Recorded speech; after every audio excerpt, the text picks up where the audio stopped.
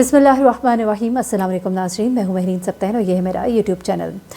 नाज़रीन, एक ऐसी स्टोरी मैं आपके लिए लेकर आई हूँ जो बहुत मेरे दिल को लगी है, इसलिए कि शायद मैं ख़ुद भी बेटियों की माँ हूँ।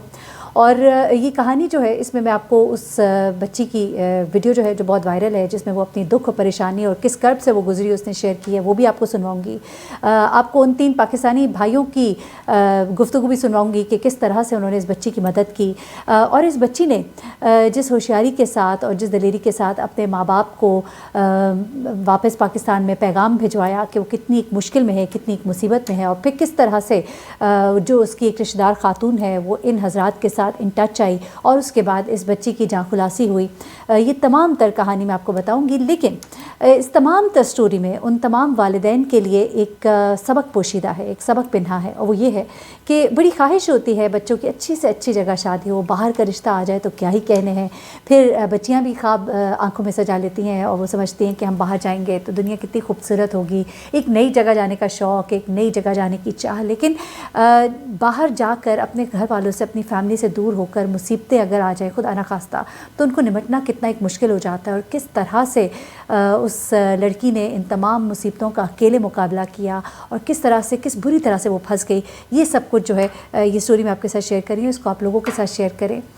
ये कुछ ऐसी स्टोरीज़ होती है, कुछ ऐसी कहानियाँ होती हैं जो अवेयरनेस के लिए होती है। इस अवेयरनेस के प्रोग्राम को, इस अवेयरनेस के पैगाम को सिर्फ अपने तक महदूद ना रखे। ये लड़की जो, इसका नाम है सुमेरा, ताल्लुक़ था इसका पंजाब से। 20 साल की इसकी उम्र थी जब इसकी शादी हो जाती है। स्पेन से ताल्लुक़ रखने वाले एक पाकिस्तानी ख़ानदान जो कि वहाँ पे जाके सेटल था स्पेन में, वेलेंसिया में। ये ख़ानदान जो है वेलेंसिया में ये रहता था। और ये लड़की जो है ये भी दीगर और लड़कियों की तरह इसने खूबसूरत ख्वाब अपनी आंखों में सजाए, बाहर जाने के ख्वाब। लेकिन उस पर तब बम फटा जब उसका दुल्हा जो है वो पाकिस्तान आया और उसको पता लगा कि वो तो गूंगा भी है और बहरा भी है, ना वो लिख सकता है ना वो पढ़ सकता है। उसके बाद ये लड़की जो है, ये ज़ाहिर सी बात है, हमारा जो एक मशरक़ी निज़ाम है और कुछ फैमिली बैकग्राउंड होता है, कुछ ऐसी परेशानियाँ होती हैं, इनको शादी करनी पड़ी। रिश्तेदार बुला लिए थे, सब लोग आ गए थे, इनके साथ एक धोखा हुआ, एक फ्रॉड हुआ। इनको नहीं बताया गया था कि लड़का गूंगा और बहरा है। शादी हो गई और फिर उसके बाद क्योंकि नाक भी बचानी थी, ज़ाहिर सी बात है, लोग भी बातें करते हैं, आई भी है बारात को वापस भी नहीं भेजा जा सकता। उसके बाद फिर ये भी सोचा गया कि चलो लड़की बाहर जाएगी, घर वाले जो हैं सपोर्टिव होंगे, शायद कोई मामलात बेहतर हो जाएंगे, तो इसकी शादी हो जाती है। शादी हो जाती है और उसके बाद जो लड़की है ये अपने मियाँ के साथ गुजारा करने की कोशिश करती है, लेकिन वहाँ पर उसके मुसीबतों के जो पहाड़ टूटते हैं वो मैं आपको इसी की ज़ुबानी सुनाऊंगी। लेकिन उससे आगे थोड़ा सा मैं बता दूँ, फिर आपको उसकी बात सुनवाती हूँ। अब क्या होता है कि जनाब ये बहुत ही मुश्किल में होती है, बहुत परेशानी में होती है, लेकिन इसको घर से बाहर निकलने की इजाज़त नहीं होती। ये वहाँ की ज़ुबान नहीं सीख पाती, ये घर से बाहर नहीं निकल सकती, काम नहीं कर सकती। इसके कागजात जो है वो अपने काबू में कर लिए जाते हैं और इस पर जुल्म किया जाता है, इसको तकलीफ़ें दी जाती हैं, अज़ियतें दी जाती हैं। ये मुआशी तौर पर अपने पैसों के लिए अपने ससुराल पर डिपेंड करती है, क्योंकि इसका शौहर जो है वो चूँकि अपनी इस कमज़ोरी की वजह से वो कोई काम भी नहीं करता था, वो घर पे ही रहता था। ऐसे में उसने बहुत से दुख, बहुत से अज़ाब झेले, रिश्तेदारों की बातें सुनी, ससुराल वालों की बातें सुनी, घर के काम किए, और फिर उसके बाद शौहर का रवैया जो है वो भी उसके साथ बदलना शुरू हो गया। और बहुत कुछ सहने के बाद आखिरकार उसने डिसाइड किया कि वो यहाँ नहीं रहना चाहती। ऐसे में जब उसके माँ बाप के उसको फ़ोन आते थे तो उससे बात नहीं कराई जाती थी, लेकिन जब उसने किसी तरह उनसे बात की और छुप छुपा कर उनको उसने कोड वर्ड्स में बताया कि वो कितनी परेशान है और वो इसे जान छुड़ाना चाहती है, यहाँ से निकलना चाहती है, उसे घर के अंदर महदूद कर दिया गया, उसके कागजात हथिया लिए गए। स्पाउस वीज़ा पर वो आई थी वहाँ पर, इस वजह से उसके जो कागजात हैं वो उन्हीं के पास थे और उसको रिन्यू कराना भी उन्हीं का काम था, जिसको कि उन्होंने रिन्यू नहीं कराया तो उसका वीज़ा भी जो है वो एक्सपायर हो चुका था। अब क्या होता है जनाब कि एग्जैक्टली मैं इसकी डिटेल्स तो उसी की ज़ुबानी बताती हूँ कि वीज़े का क्या इशू था, लेकिन फिर भी अब क्या हुआ कि जब उसकी एक रिश्तेदार खातून ने फिर बार बार रब्ता किया। असल में 3 ये पाकिस्तानी हज़रात थे। जब कोविड का टाइम आया तो इन्होंने अपने नंबर जो है वो शेयर किए कि लोग जो उनसे रब्ता करना चाहें, जो परेशानी में है, तकलीफ़ में है, तो वो उनसे रब्ता कर सकते हैं। तो ऐसे में जो इसकी एक पाकिस्तानी रिश्तेदार खातून थी, उसके नज़र से जब इनका नंबर गुज़रा और पता लगा कि ये स्पेन वेलेंसिया के ही रहने वाले हैं, तो उन्होंने इन पाकिस्तानियों से रब्ता किया और इनको बार बार रब्ता करके कहा कि खुदा के लिए हमारी जो रिश्तेदार है उसकी जान बचाई जाए, उसकी मदद की जाए। उसके बाद ये कहते हैं कि जो 3 हज़रात थे, इन्होंने कहा कि हमने फ़ैसला किया कि हम वहाँ जाते हैं और वहाँ जाके उसे मिलते हैं और उसके बाद हम देखते हैं कि वहाँ पर क्या हालात हैं। उसके बाद ये तीनों जो हैं, एक पंचायती निज़ाम होता है जिसके तहत जाके मामलात को खुद पाकिस्तानी कम्युनिटी आपस में मामलात को सेटल कर लेती है। ये कहते हैं कि हम उनके घर गए, फिर जो मुलाकात हुई वो मैं आपको इन्हीं की ज़ुबानी भी सुना दूँगी जो लोग उधर गए थे। अच्छा, अब ये कहते हैं जब हम वहाँ पे اس کے بعد کیا ہوتا ہے کہ یہ وہاں پہ جاتے ہیں، ان سے ملتے ہیں اور پھر لڑکی کو ان کے حوالے کرتے ہیں، اور اس کے بعد جو ہے طلاق کے معاملات تو ہو جاتے ہیں، لیکن نہ انہوں نے ان کے کوئی کاغذات حوالے کیے اس لڑکی کے، نہ پیپرز رینیو کر کے دیے. تو ایسے میں انہیں میں سے ایک پاکستانی صاحب جو ہے وہ اس بچی کو پھر اپنے گھر لے جاتے ہیں، کیونکہ ان کی بیوی اور بیٹی بھی ہوتی ہے، وہ ان کی بیوی اور بیٹی کے ساتھ وہاں رہتی ہے. مین وائل یہ بچی سخت بیمار بھی ہو جاتی ہے، لیور کا پرابلم ہو جاتا ہے، اور اس کا علاج بھی وہاں پہ شروع ہو جاتا ہے. ساتھ ہی ساتھ کاغذات رینیو کرنے کا پروسیس بھی شروع ہو جاتا ہے، کیونکہ وہ اسپاؤس ویزا پر تھی اور اس کے پیپرز جو ہے وہ رینیو نہیں ہوئے تھے، اس لیے اس کو رکنا پڑا. ساتھ وہ بیمار بھی ہو گئی.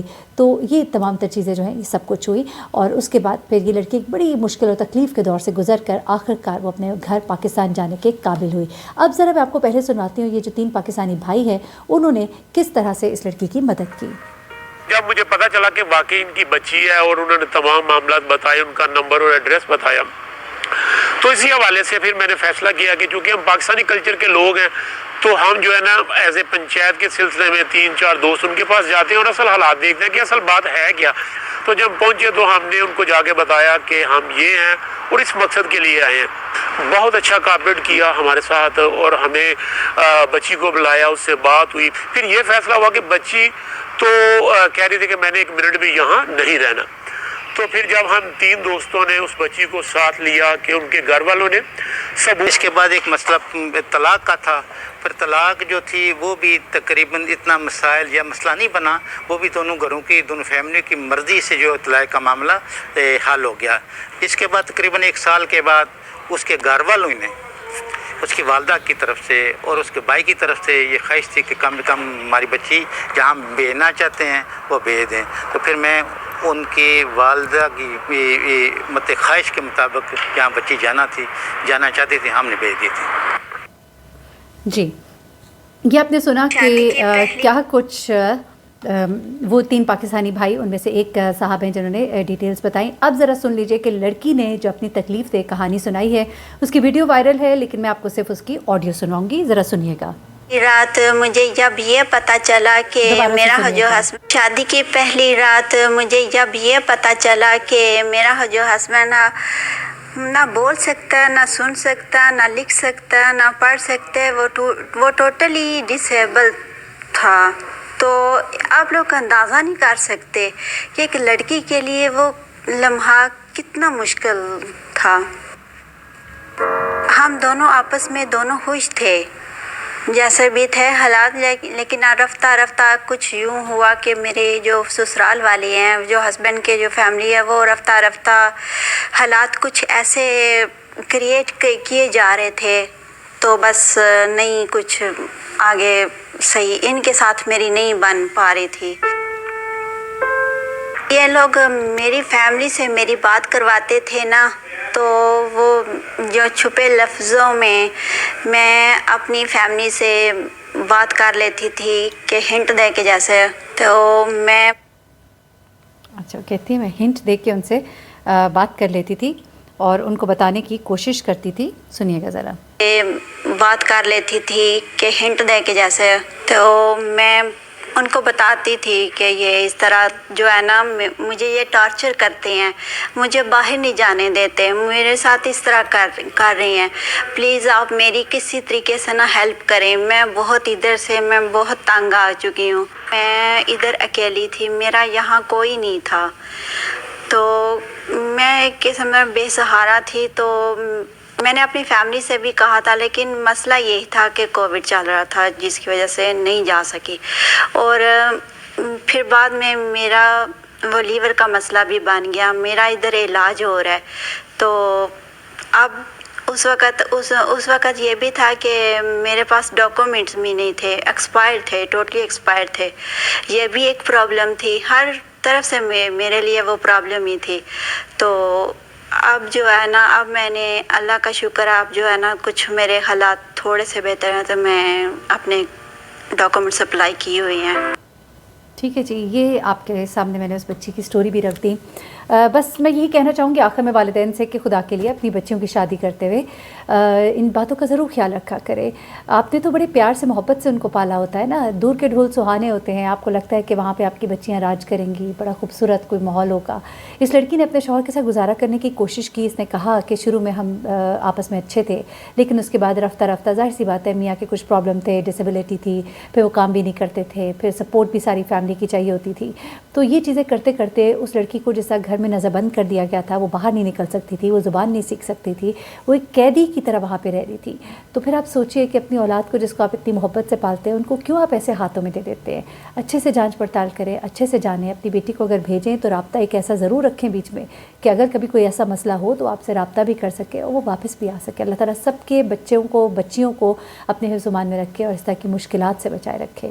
آمین. اپنا بہت خیال رکھیے گا, دعا میں یاد رکھیے گا. اللہ حافظ.